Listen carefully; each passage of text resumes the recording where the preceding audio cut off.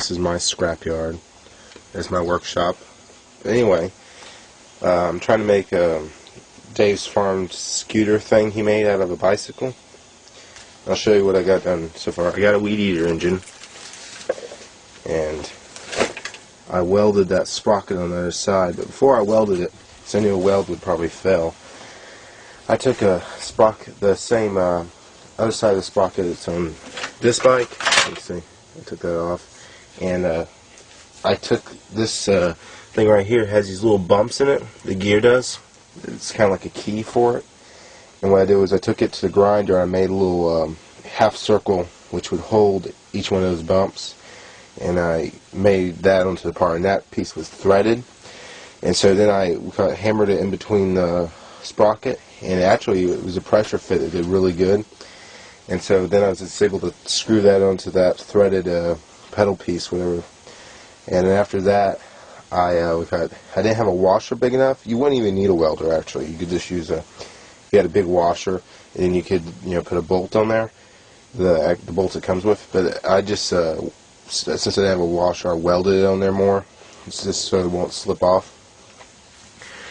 And I repacked the bearings, because I know Dave's farm, Dave Rock, he used a real nice bearing or something like that. But I decided I'd just see how long just that crappy bearing will run. It's just, I can actually show you one of it. It's like this, but a little bit bigger. That's basically it. And yeah, it'll be a pretty cool project. I don't have the same gear set that Dave has. This is probably 5 times bigger, so he said he can get his to go to 30. I'm thinking maybe mine will go to 15 maybe. It's still pretty good. But yeah. Oh yeah, and you need a grinder to cut off the pedals. Angle grinder. So yeah. Here's what I did. I took this sprocket that was inside there. Now there's a little ring around here, and there's a little key bumps in there to keep it from not turning. And so yeah, I'm gonna cut about that much of it off at the bottom of the threads, my grinder, so I can get the fit on the weed eater engine. It's right there. See that little thing comes out, and then that way I could fold that little thing over and put a weld there. Hopefully that would hold it. So now that I've taken my angle grinder and cut it off, that should be a good fit. Hopefully. Yeah. It's very hot right now. Here's what we got going on. Here's the little anthropic clutch on the weed eater. Here's my sprocket. Fits right on there. Now, here's the interesting part. I'm going to need to weld that, or if I had a screw that went right through the side. I don't have a drill powerful enough or a bit that would go through metal like that. So I'll just try to weld it. Maybe if I could fold that edge over or something. Pretty cool. Now, I've never welded on a engine of a weed eater, or any engine actually, so I'm assuming that if I had the power button on like it is now, that's gonna mess up some electrical problem or something. So I'm gonna disconnect them little bitty wires just in case, and then I'll try. I welded the sprocket onto the engine. It kind of just melted the part of the anthropic clutch. It kind of stuck out there, and so I think it's good. I don't know, we'll find out when we start trying to drive it, if it just pops off. Yeah, if I have to, I could put a weld in between there. The problem is the weld is so strong, or I have it set on such a high setting, that it kind of turned that metal to crap fast. So this should work. Yeah, I just tested the engine to make sure it worked after being welded on. Yeah, it does.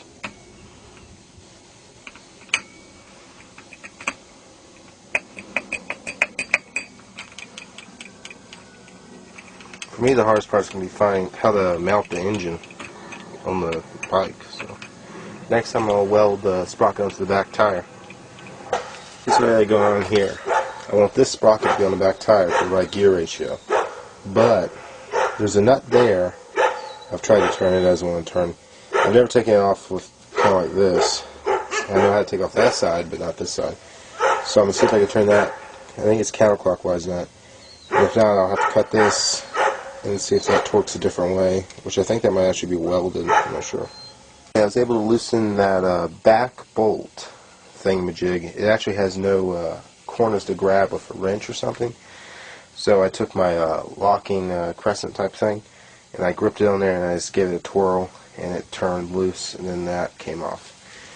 And what we have here is I've lined it almost perfect, I think about perfect, on there. And actually that clamp thing's holding it on, and then since it was pitching that way, I put my wrench there to hold it on. And I'll try to get a weld right in between there and that bolt. A couple good welds, and maybe if I can, that'd be good. Yeah, I just got finished welding all that. Not pretty, but it's good. And after that, I turned it and I realized that the wheels kind of talk and the gears kind of talk good. I don't know if you can see that. Yeah, I'll have to fix that. I don't want to break my welds though. Or I'll see if it works. Because, you know, I got hundreds of bike chains, so I don't really care if they snap. But anyway, next I'll try to start putting things together. So here's what we got going on over here. I realized after that I welded to the bolt. And you don't want to do that.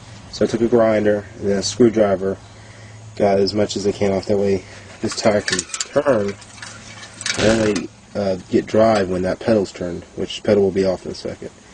And so these are the welds holding on, the ones to the gear behind it. And they seem pretty stable. You turn the pedal, it turns. Down there it's trying to screw off, so I might have to put a weld there. But yeah. Next will be engine mounting. Should be hard. Oh, I got this awesome seat for it. Yeah, I hate that small little seat. Where is it? Where is it? Banana seat. It's like a motorcycle seat. These things are awesome. Here's what we got at the end of day one. I got it all put together now. The tough part's going to be mounting the engine. This is where a cup holder was right there. You see two threaded holes or whatever. Maybe I can use that, or I was even looking at down here. There's this little tab that held a chain guard. Could try that.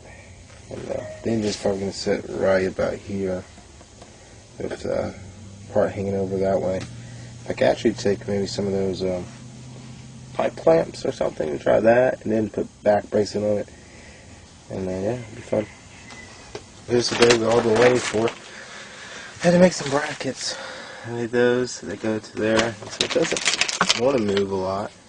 And I have a back bracket, and that's all I have for brackets. Now, important step for when you cut off this pedal down here, you have to leave that little nub because that's a key. And if it takes out, I wish I can get this chain tighter. I hate how loose it is.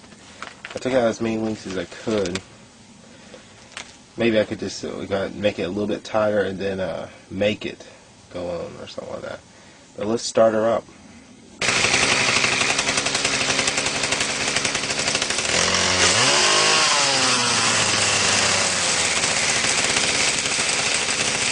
As you just saw, it kind of went, but I'm going to need to make this chain tighter.